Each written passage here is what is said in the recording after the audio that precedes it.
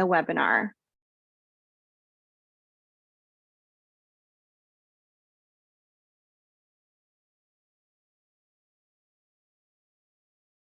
All right. All right, so welcome everyone. You are here for Cooking for Reducing Disease Risk, Plant-Based Meals. My name is Amy Rosenfeld. I am a registered dietitian at Northern Westchester Hospital, part of Northwell Health.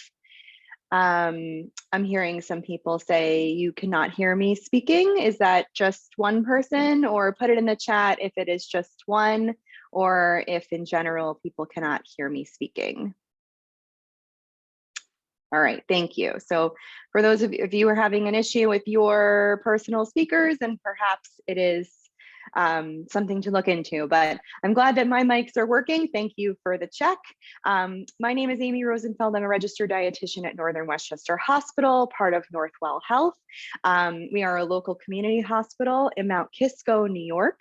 And this is part of a series now that we'll be offering monthly through our platform, the Center for Healthy Living, as a virtual cooking education series. We had 3 programs back in the fall that were very successful and popular, and the recordings are available on our YouTube page, which I will share with you after the program. But we are pleased to be able to offer this monthly now so that we can continue to help you to improve your cooking skills and to improve the connection and understanding between nutrition and reducing disease risk. So today's program is all focused on plant-based meals, and I'm going to explain a little bit about the connection between plant-based eating and reducing disease risk. And I'm going to be preparing 2 recipes for you to demo and to try at home. If you're cooking along with me, I welcome you to. Otherwise, the recipes should be in your inbox so that you can try them at a later date, and I welcome you to try them. A couple of things for those of you who haven't joined me before, I try to be as responsive and interactive as I can. So I love that a lot of you are saying hi to me from the chat. Thank you so much. If you have any questions, please feel free to put them in the chat. I will be monitoring them as best I can as I'm simultaneously cooking to give you real-time responses. Sometimes when the camera is pointed down at my hands, it takes me a little longer to see the questions, but I'll get to as many of them as I possibly can. You will also see in the beginning, I'm going to start us off with a Zoom poll because I want to see, test the water and see how many of you are, how you're feeling about plant-based eating in general. So you'll see a Zoom poll pop up on your screen, and I welcome you to give your response and share your opinion. And then, as I mentioned, I'll be pointing the camera down, so you'll see my hands in real action as I am cooking, so you can really see how to prepare these recipes. At the end of the program, there will be a survey that pops up. Your feedback is so important to us to craft new programs, different types of programs, improve upon what you've already done.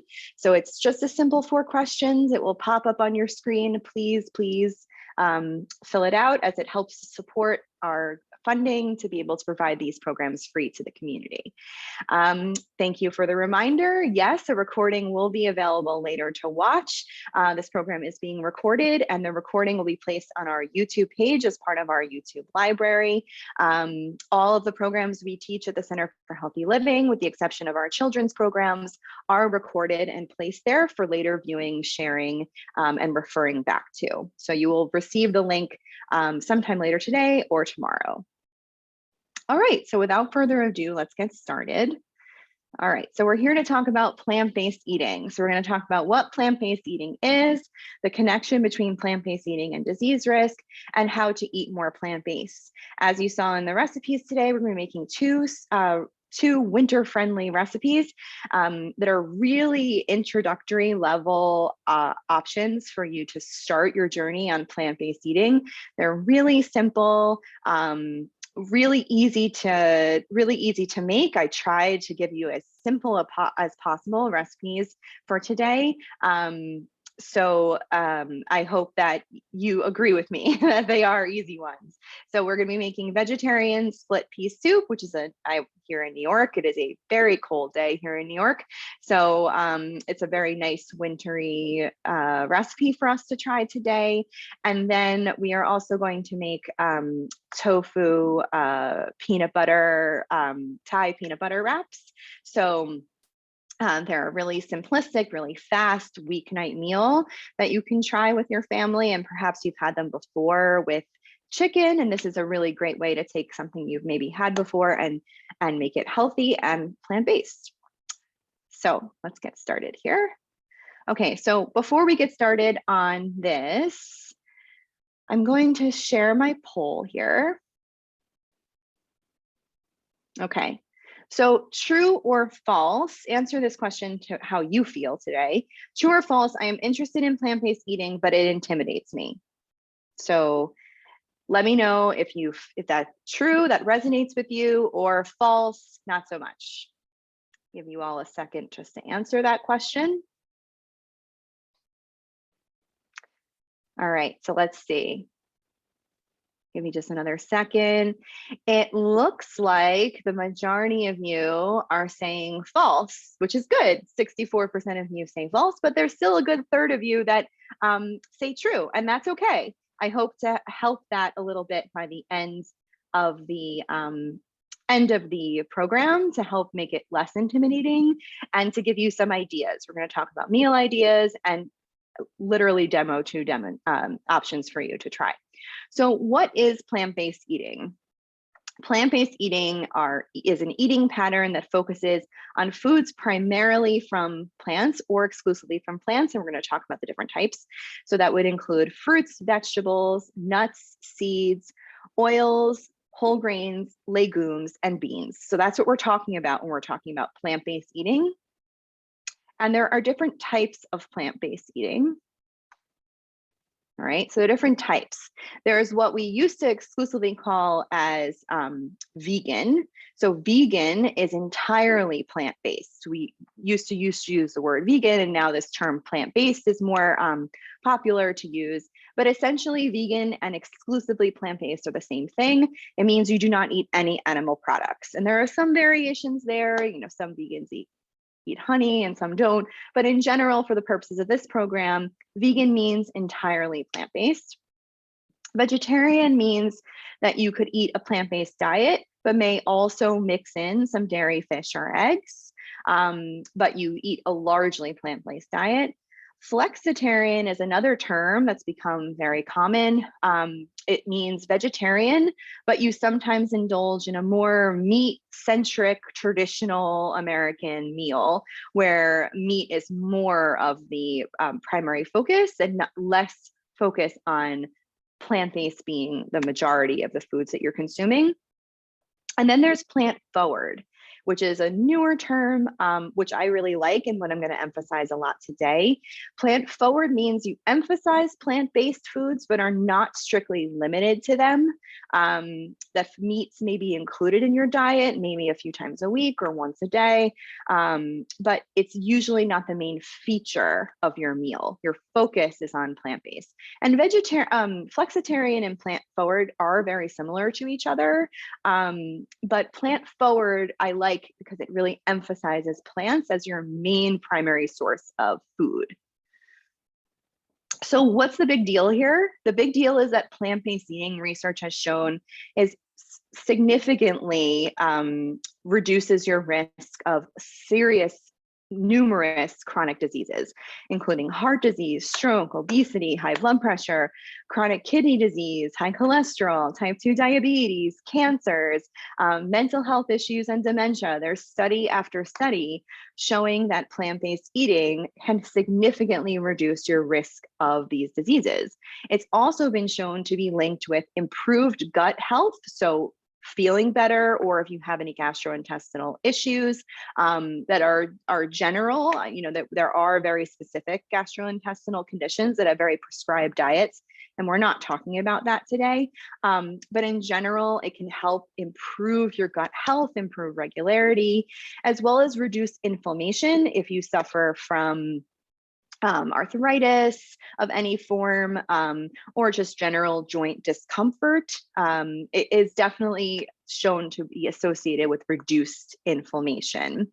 How exactly does this work? Like, what is the reason that plant-based or plant-forward even diets do this? It's because plant-based diets are really high in nutrients. When we use the word nutrients, we mean vitamins, minerals, and antioxidants. Because the majority of the foods you eat are coming from plants, and plants are our main source of vitamins, minerals, and antioxidants, you are getting so much of your diet coming from that, so many of your food choices coming from that, that in general, a plant-based diet is substantially higher in nutrition. And when you have a large amount of vitamins and minerals and antioxidants, it is associated with a reduction in the chronic disease risk.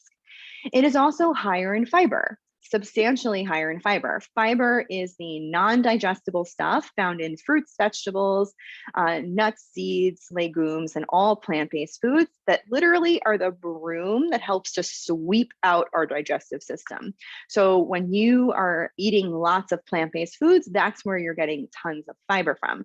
There's no fiber in animal products.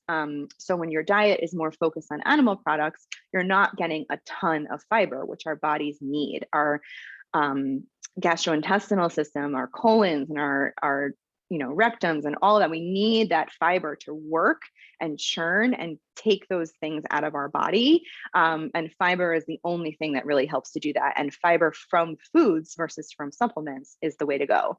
Same with vitamins and minerals. We should eat our vitamins and minerals, not supplement ourselves with them, unless a doctor has specifically prescribed it for a specific reason. Plant-based foods are also really high in what we call pro and prebiotics. Prebiotics is basically the fiber and the food that helps to feed probiotics, which are healthy bacteria, which help to keep our gut healthy. And there's so much research now in development and coming out and soon to come that shows how important our gut health and what we call our gut flora, which is the bacterial profile in our guts, that helps to improve our systems, as well as linked with many chronic diseases. Plant-based diets are also really much lower in saturated fats, and if you're completely vegan, substantially lower in saturated fats, which has significantly reduced the risk, particularly of heart disease, diabetes, complications, things like that. So nutrients plus fiber plus low saturated fats equal reduction in risk for chronic disease. So it's a really great way to help if you are diagnosed with a chronic disease or you're at risk for it, your doctor is telling you you're at risk for it, to significantly reduce that risk. Now, people ask me this question all the time: do I have to be totally plant-based or vegan to see the benefits? And the answer is no, I'm not. I would consider myself plant forward. Research shows that you are significantly reduced risk even with just moderate decrease in animal products. So there were recent studies that came out in August of 2021 about from the Journal of American Heart Association that showed a couple of things. The first one that was pretty significant: participants ages 25 to 50 were 61% less likely to develop heart disease by middle age by eating a plant-forward diet.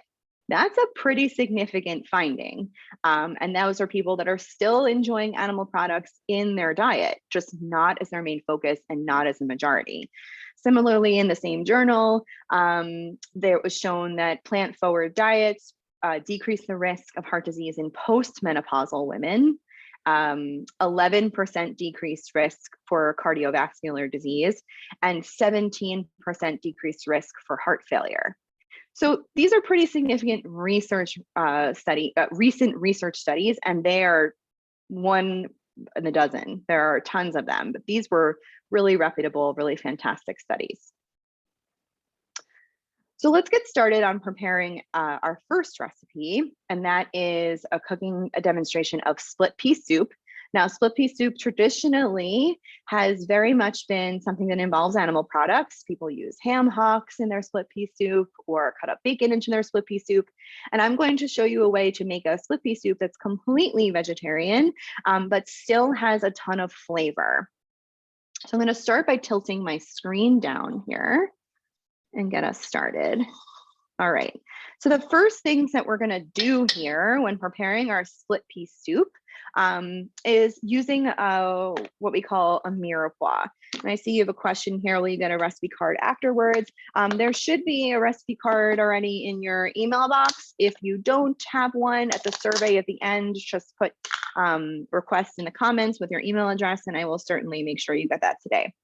So what we're going to start with in our pot is I have some sauteed white onion as well as some garlic cloves. And we're going to talk a lot about flavor profiles after we demonstrate this recipe, but flavor profiles, especially using certain vegetables and seasonings, are really important in plant-based cooking to build the flavor. So we will definitely talk a little bit more about that and how you can do that. So we're going to have our mirepoix in addition to garlic. We're going to saute this on the stove, but essentially it's diced onion, minced garlic, and then I have some diced celery. Mirepoix essentially is onion, celery, and carrot, and they are the start of any soup. So you can buy it pre-made in the store, or you can chop it yourself and have it ready to go as the start of any soup. And just see, I see in here a question. Am I correct in assuming that this recipe should read 2 ribs of celery and not 2 whole stalks? Yes, it can be 2 celery ribs. Yes, it should say that. Okay, so we have carrots here. You can use any color carrots that you want. Does not have to be orange. You could use rainbow, you could use white, you could use purple, whatever you happen to have on hand. You're going to saute these together. I'm going to add my salt. Okay. Are other people having audio issues, or can you hear me? Because I see some people saying in the chat that you cannot hear me, and some people saying that you can. Okay, all right. So majority of people are saying that you can hear me. If there's an audio issue, just let me know. But I cleared for sound check. Okay, so I have salt and I have dried oregano in here. Maybe Zoom is having some static issues today. So I have dried oregano, I have my salt, I have my good olive oil in here for my healthy fats. And I have some chopped spinach. This is going to cook way down, so you're not even going to, if you're giving this to people that don't like spinach or family members, it's going to cook way, way down into tiny little specks, but really boost the nutrient profile. Dark leafy greens are one of the best things that you can include in your diet. All vegetables of all colors are important, but dark leafy greens are one of those ones that have a really good bang for your buck, lot going on. So this is going to saute on the stove for, in addition to the red potatoes. And yes, it's fresh spinach. You could also use any other green that you have around. You could use Swiss chard, you could use collard greens, you could use kale, whatever works good for you. And then I have some diced red potatoes, and that's going to help to thicken our soup. We're not going to thicken this. Again, there's no cream in here. There's no butter in here. There's nothing that's going to thicken our soup except for natural fruits and vegetables. And the potatoes are a really great way to add some complex carbohydrates. You don't have to be scared of potatoes in small amounts. They're actually really rich in potassium and can be really good for you in terms of satisfaction from a plant-based meal. We need carbohydrates. Even if you're looking to lose weight for any reason, we use an expression in nutrition that fat burns in the carbohydrate flame. You need a little bit of healthy carbohydrates to do that. So we have some diced red tomatoes that are going to saute in here. And then the star of our show are split peas, which we're going to put half in right now to saute all together. Okay, so this is what a split pea looks like. If you've never cooked with a dried split pea before, that's what it looks like. And they're often confused with lentils, but they are different, from a different family. They are a pea.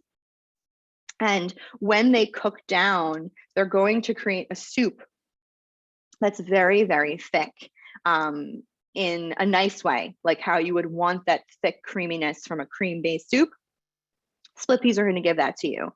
I also really like split pea soup because split peas are loaded not only with complex carbohydrates and fiber and protein and iron, potassium, magnesium, and zinc, all the really, really great stuff, but they're so easy. You don't have to do any preparation. I'm just gonna dump it. I'm gonna dump half of my split peas in there, and they're gonna do the work for me. I don't have to use an immersion blender to make it into a thick soup. I don't have to puree it in a blender. They're gonna do that for me. And I love that about split peas. I'm all about convenience with cooking healthy meals. Okay, so now I have my low sodium vegetable stock. And I choose low sodium because, first of all, I'm not making this, I didn't make this stock myself. I used box stock. I want to control the sodium. When you buy boxed stock that isn't low sodium, it can have thousands of milligrams of salt in there. And per day, we really shouldn't be having more than the equivalent of a teaspoon of salt per day for the average person. That's not very much. So I buy the low sodium version, which winds up being very low, under 140 milligrams of sodium. And I then control how much salt I'm putting in there, which is my preference. So this is all gonna sit on my pot on the stove, in my pot on the stove, and simmer. I'm gonna bring to a boil. You do it uncovered, not covered. So this is gonna be uncovered, bring up to a boil, reduce to a simmer, and it's gonna cook for 40 minutes to start. And you'll see like foam start to form on the top. Skim that off every now and then and give it a stir every now and then. You don't have to sit there constantly stirring, constantly skimming, but you wanna skim off that foam a little bit, just because it makes your flavor just that much better. And just let it simmer for 40 minutes, bring up to a boil, reduce to a simmer, and then you're gonna add the other half of your split peas and let it cook for another 40 minutes. And that's it. All right, so I'm gonna let that cook and we will check back on it in a little bit. All right, let me see, I see some questions in the chat here. Can you omit the salt? Yeah, you certainly can. You do not have to have salt in there. Everyone has a different taste level for salt. I'm using a moderate amount here, but you do not have to have salt at all. You could have 0 salt whatsoever. Forgot to turn on my stove. How do we reduce oxalic acid in the spinach first? You could blanch it first. Yep. You could steam it first. You could blanch it first. If something that's concern for you that you have to reduce the oxalic acid for a specific medical condition, you definitely could do that. You also can omit it completely if you don't want to have any greens in there. How many of the small potatoes did I use? So I used 3 small red potatoes, and by small, I mean that fit in the palm of my hand, and I diced them. So good question. All right. Okay, so how do you get started on eating more plant forward? I say that it first comes from a perspective change. So especially as Americans, and I might have people from other countries joining me from the Zoom room, and that's great. And every culture is a little bit different, but typically in American culture, we are very meat centric in how we prepare and think about foods, thinking about vegetables or starches if we're having them as a side dish. But I want you to reframe your perspective when it comes to getting started on Plant Forward. Meat is the side dish if you choose to have it. And vegetables and fruits and starches are the main dish. Okay. And when you start to think that way, rather than having like a side of raw carrots or, a plain simple green salad, and there's nothing wrong with that, especially after a busy day. When you start to change your focus to how can I prepare these vegetables versus how am I going, like, what is my meat going to be today? Like my main course is the barbecue chicken, or, you know, the grilled fish. Like that's where all my effort's going to go. When you start to put more of your effort towards the vegetable side, that's when the plant forward mentality really can shine through. And thinking more of, maybe my vegetables are going to be where I spend a lot of, you know, time researching recipes or trying new techniques or putting a lot of flavor and effort into it. And I serve it with a simple piece of grilled fish, right? Or a simple piece of chicken. Or as I'm trying to be more plant forward, I'm going to really focus all of my attention on being completely plant-based meal. And how can I learn to cook tofu? Or how can I learn to cook tempeh? Or how can I make easy dishes with beans and lentils and peas like we are today? So I advise you that this is not 0 to 60. This is not something that you say, January 1st, I hate New Year's resolutions, by the way. January 1st, I am going to be plant forward, right? No, it takes a little bit of an effort here. It's a lifestyle change, and it's a big change for most of us. So start slowly. Start building in a repertoire of one plant-based meal per week if it's completely new to you. Or if it's not completely new to you, say, I'm going to make 4 of my dinners this week be plant-based, and build up to more. Or if it's something that's completely more common for you and you're really just looking to take it to the next level, start to experiment with blogs that you could follow or cookbooks that you can follow. I can't share any of my specific recommendations here in this forum, but if you put your email address at the end, I can definitely give you specific recommendations for books and blogs that I can help you to get started on that. There are even companies that are specifically plant-based that are meal preparation companies that if you don't want to do all of the cooking and all of the preparation, you can get meal kits. So it's a really, really forthcoming area of the culinary world, which is wonderful to see as a dietitian. So just send me your email address and I will make you those recommendations. But essentially, when you're building a plant-based meal, excuse me, you are looking to include the following: a plant protein, which we're going to talk about in a second, a whole grain or a starchy vegetable, and then an abundance of vegetables and or fruit, plus some type of healthy fat into your cooking as well. And that, as I like to say, is healthy, delicious perfection. That's how you do it. So let's get started on here. Okay, so what are nutrient-rich choices that you can choose from? I'll start by saying that not all plant-based foods are created equal. For example, a French fry is technically plant-based, right? A French fry, if it's made in vegetable oil, it's deep fried, even if it's processed and nothing's in it but vegetables, it's technically a plant-based food, right? But I would not equate that as what we call a nutrient-rich choice, right? There's not a lot of nutrition going on in a French fry, especially one that you buy in the freezer section. If you are cutting up your own potato and air frying them in the oven, and that's what you consider to be a French fry, then yes, that would be a nutrient-rich choice. But in general, be skeptical about products that you purchase, about certain brands that claim to be the next best thing in plant-based. I don't recommend any of those things. I recommend whole, what we call unprocessed plant-based foods. So that means foods that are, I just want to plug something in. I almost forgot. Foods that are natural. Are there some things that you're going to need to help you that are processed? Yes. Like for example, what we're going to make here today, we're going to make something with soy sauce. That is a processed food, right? But in general, I'm making my own sauces. I am not using a meat substitute. I'm using naturally occurring plant-based foods.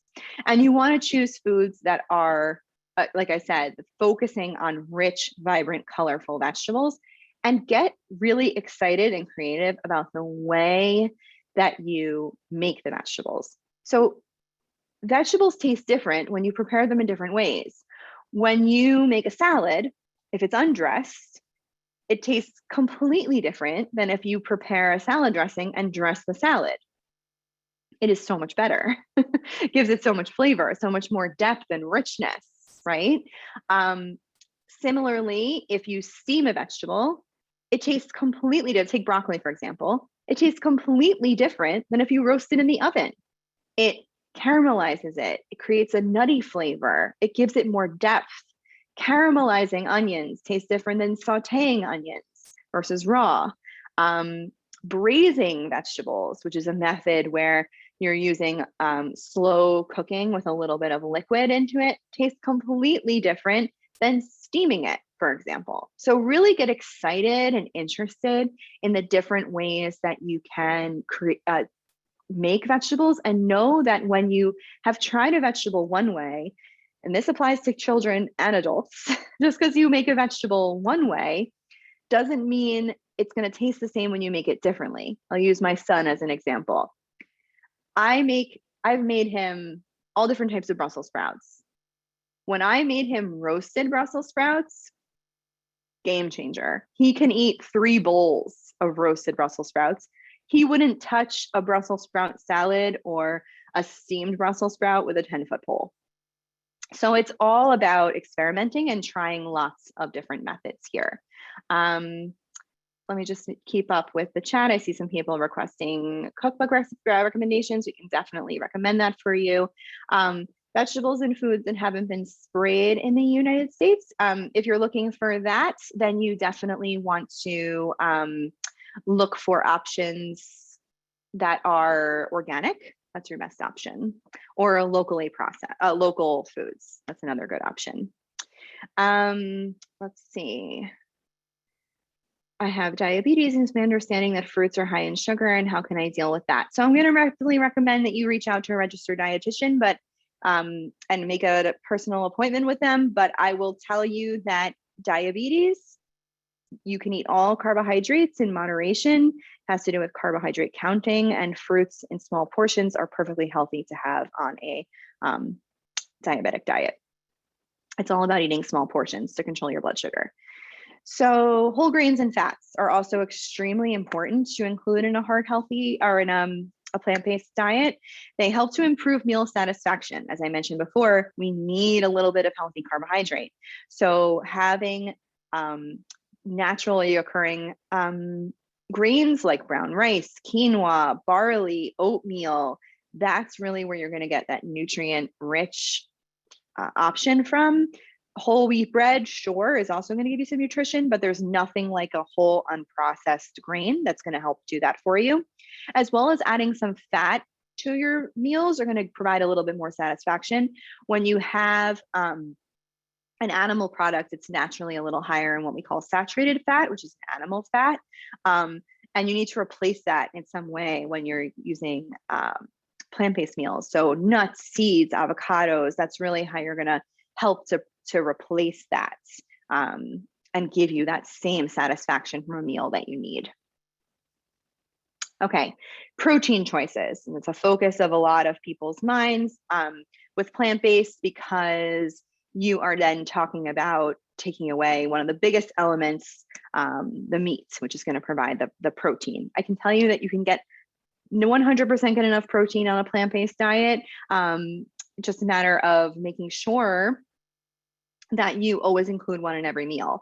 So protein sources would be beans, lentils, peas, edamame, as well as nuts and nut and seed butters, as well as tofu and tempeh. And I saw some comments in the chat about soy. So I will just say this about soy. There is a difference between processed soy, say from like a protein bar or a granola bar or a cereal, versus a naturally occurring soy like tofu and tempeh and edamame. Especially, I get this a lot from people recovering from cancer or at high cancer risk. It is perfectly safe to eat naturally occurring sources of soy in small doses. I'm not saying to eat it for every meal, but tofu and tempeh, which are naturally occurring, tofu is made from curdled soy milk. Tempeh is a fermented fermented soybeans, both wonderfully healthy for you. And these are great choices to really enjoy. And I'm going to show you an easy way to prepare tofu. You can prepare tofu and tempeh, for those of you who are unfamiliar with it, very similarly to each other. Just tempeh is a stronger flavor. Tofu assumes whatever flavor you give it. So it has no flavor. And if you, whatever you saute it with or, mix it with, that's what it's going to taste like. It's a blank canvas. But tempeh is a little bit more nutty, has a little bit more dimension to it. So it's not going to taste the same with every recipe that you're including it with. But this is a big point, and this is a really important thing to understand when you're talking about plant-based eating. But there's an emphasis on what we call umami. And umami is our fifth taste receptor. Our other taste receptors you might be familiar with is sweet, sour, bitter, salty. Umami is the fifth one. And it's essentially like a meaty flavor of food. It's when we eat meat, it's a flavor that spreads across our tongue and lingers in our mouth longer than other flavors. And without that flavor, we feel like something is missing from our food. And the reason for that is that umami contains something called glutamate, which is a naturally occurring amino acid in animal products and aged cheeses and things like that. And when we eat it, our taste receptors are looking for that. And when we find the umami, it triggers that, when we find the glutamate, it triggers that umami satisfaction, saying, okay, we got our protein now, basically. So when we cook with plant-based recipes, we have to emphasize replacing that umami flavor through plant-based foods. And there are a lot of naturally occurring ways to do so. Fresh and dried mushrooms, fresh and dried mushrooms and fresh and dried tomatoes. Dried or concentrated versions of those things are going to make more umami taste, as well as asparagus, onions, broccoli, peas, and beets are a very strong umami flavor as well. People use kombu, which is a seaweed, soy sauce, and I recommend low sodium soy sauce, or if you're gluten-free, tamari, miso, using broth, like vegetable broth, homemade broth, or regular beer.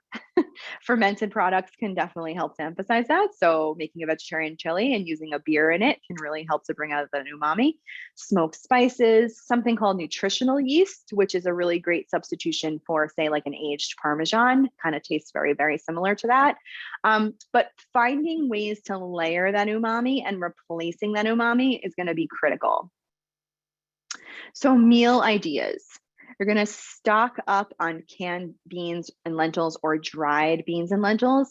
And you can try to do any of these things here. I have lots of different ideas for you. Soups, stews, vegetarian chilies. You could try a very popular plant-based one that's like a replacement for tuna salad is smashed chickpea salad. You can look that up, mixing in avocado and say mayo and making the simulated tuna consistency.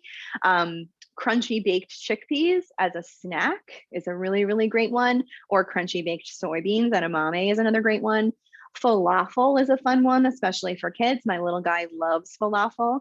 Making bean hummuses is a great way to have dips as your snacks. Simple rice and beans, burrito bowls. That's a really easy one to transition into.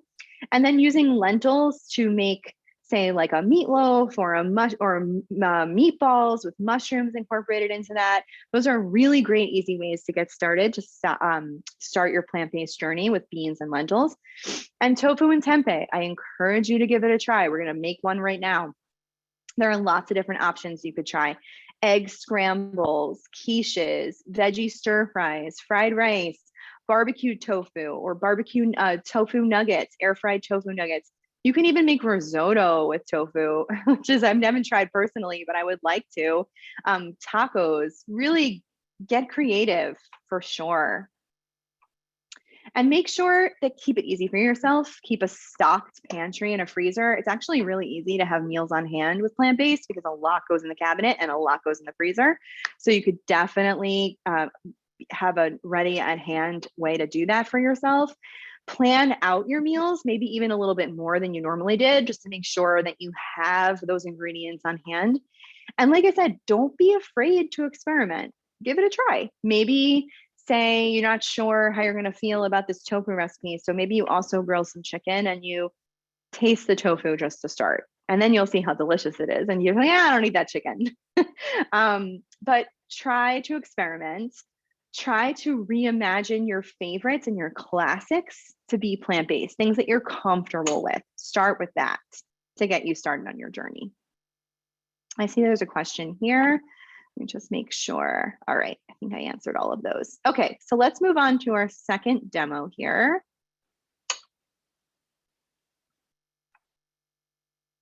Okay.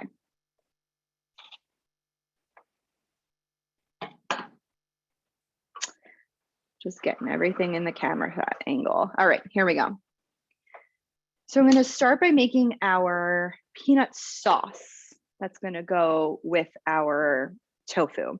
And now this is a really simple thing. Can you buy it in the jar? Yes, but when I tell you this is the easiest thing to make, it really is so super simple.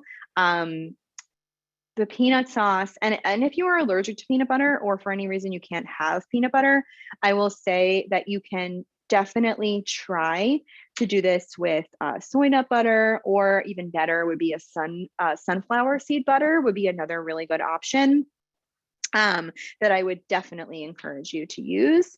A sunflower seed butter would be probably the most neutral and most allergy friendly. But essentially what you're going to put in here is you're going to put in 5 tablespoons of peanut butter or your sunflower seed butter or soy nut butter. You're going to put in 3 tablespoons of warm water, 2.5 tablespoons of rice vinegar, 2 tablespoons of soy sauce, and I do use low sodium soy sauce, or you could use tamari if you're gluten-free, 3 teaspoons of honey, and then optional, if you're making this to be like have sort of a kick, would be sriracha for a little bit of chili sauce. But again, that's optional. So all you're going to do, you're going to see how fast this is. Put all the ingredients in the pot and you're going to whisk it together until it forms a sauce. It takes a couple of minutes. You see it's already forming here. Whisking constantly until the combination the sauce really comes together, and that's it. You can make this in very large batches and have it for yourself, you know, in the refrigerator to have for the course of the week. You see how it's already getting thick? And I'm using an all natural peanut butter, no preservatives, just peanuts and salt. That's it. That's it. Done. So you see how it's formed into a sauce? That's all it takes. I'm going to let that cool. And when it cools, changes color every so slightly. But that's what it looks like. All right. So you can use that. I'm going to show you how to put it together. First, I'm going to show you how you're going to prepare the tofu. Let me move this out of my way. Make sure I don't burn myself. Okay. All right. So when you're making tofu, I buy extra firm. That's how I do it. And when I use extra firm tofu, I think it has a better consistency. I'm just plugging my computer in. Sorry about that. It's getting a little low on battery for my liking. Don't want to lose any of you. Okay. So I buy extra firm tofu, and the extra firm tofu just gives it like a little bit more of a bite, but you could use whatever style you want. And what's important is to let the water drain out. Like I mentioned, it is a curdled soy milk, so it's very, very wet. So when you open a package of tofu, there's all this water in there. You want to drain all of that out, and then you want to literally drain the tofu. So what I do is I take 2 cutting boards, I put towels underneath my tofu, I slice the tofu. When you get a block of tofu, it comes together like that. You're going to slice it in half, put it on top of the towels, put more towels on top, and then weight it down with another cutting board. And usually I just put like my fruit bowl on top, so it kind of drains out the tofu, and I just leave it there for like a half an hour. Sometimes I'll, you know, before dinner time, I'll leave that and then go get my kids and come back and just like let it drain so that there's the least amount of moisture as possible. And the reason you want to do that is so it gives it room to get as crispy as you possibly can. And for this recipe, especially, we're making a crispy tofu, an air fried tofu. So I want it to get the less moisture, the better. So after it's been sitting there for about a half an hour, you're going to cut it into cubes. And as you can see, it's really easy to cut. It can even be a way that you could have little helpers in the kitchen helping you using a butter knife, because you do not need a chef's knife to cut through tofu. And you're just going to cube it into little pieces like that. And you can even do this ahead of time. Like say, you know, you want this for your dinner. You can drain it and have it, put it back in a, you know, a resealed container in the refrigerator. And when you're ready to cook it, just take it out. It will hold like this in its little cubes. And then what you're going to do is put it, I use an air fryer. You do not have to use an air fryer. You could use a baking sheet, but I use an air fryer because I think it's faster and I love my air fryer, comes out quicker. I spray the bottom and you just put it in the basket in an even layer.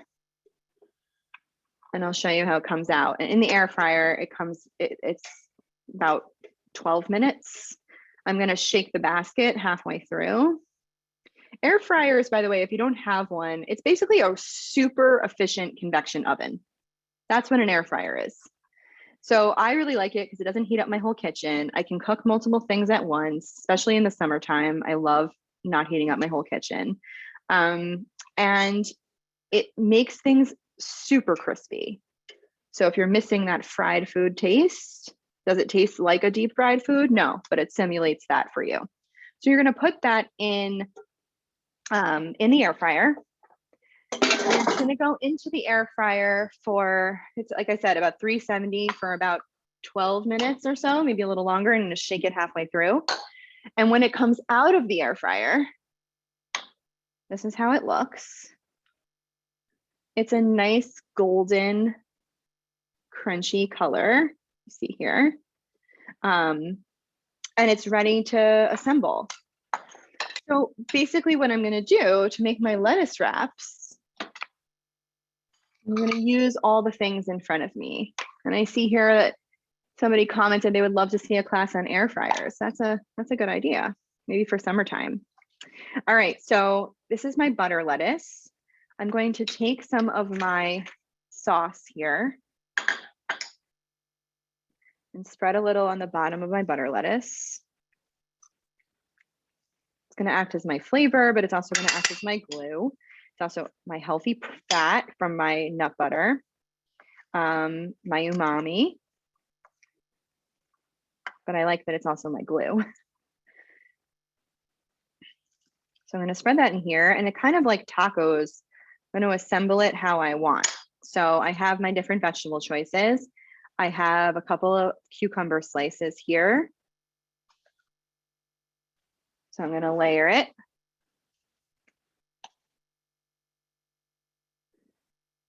Got my crunch, got my dry coleslaw mix. And the reason why I buy that is just because it's cabbage and carrots in one bag. So it's a little bit of one-stop shopping.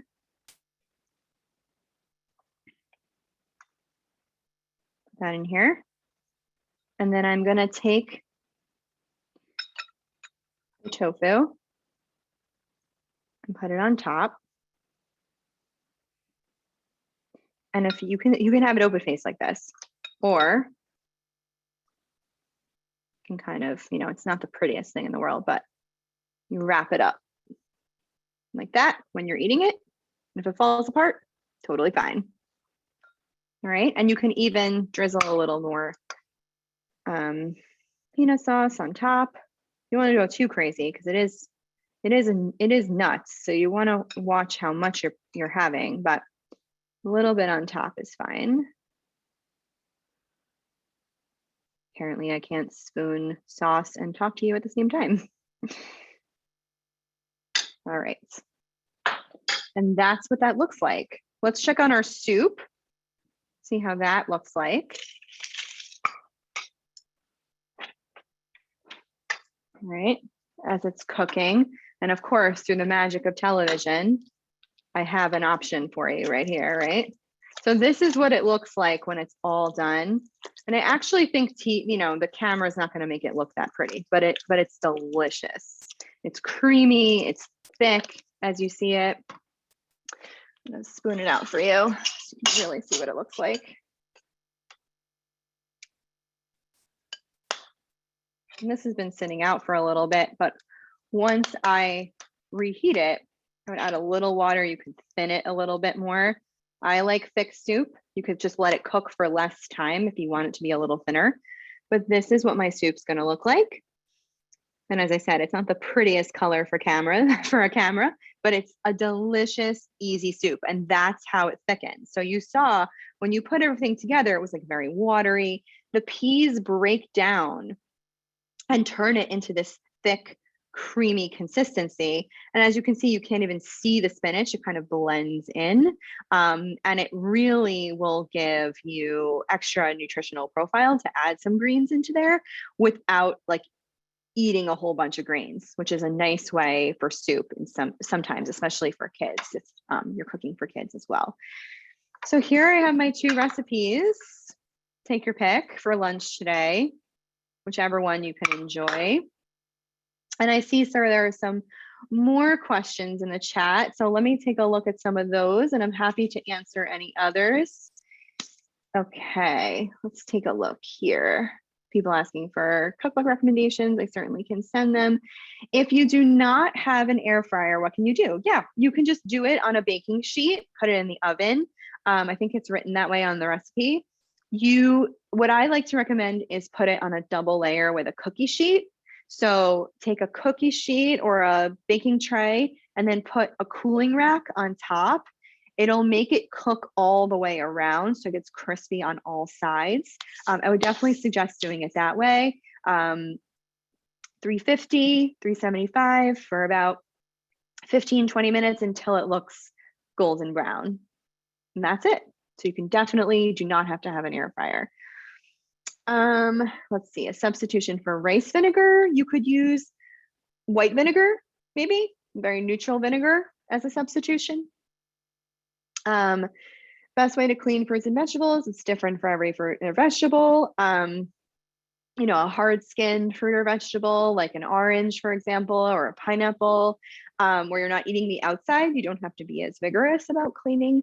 But a softer skinned fruit, it's recommended you can soak them in water, or you can also, if you're really concerned, use a baking soda solution to dissolve some of the pesticides if you're particularly concerned.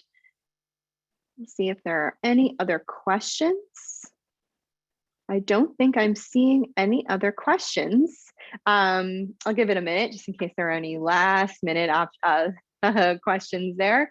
But I hope that today you learned a little bit about an introduction to plant-based eating, about why it's so amazing, and maybe it's a little less intimidating than the third of you who said it was intimidating before we started the program. I hope it maybe seems a little simpler, and I hope they are motivated to give it a try and not feel the pressure to New Year's resolution right? Just to say, let me add a little more be plant forward, add a little more into my life, see how it goes, see how my family likes it, and not put so much, pressure on ourselves to go all in.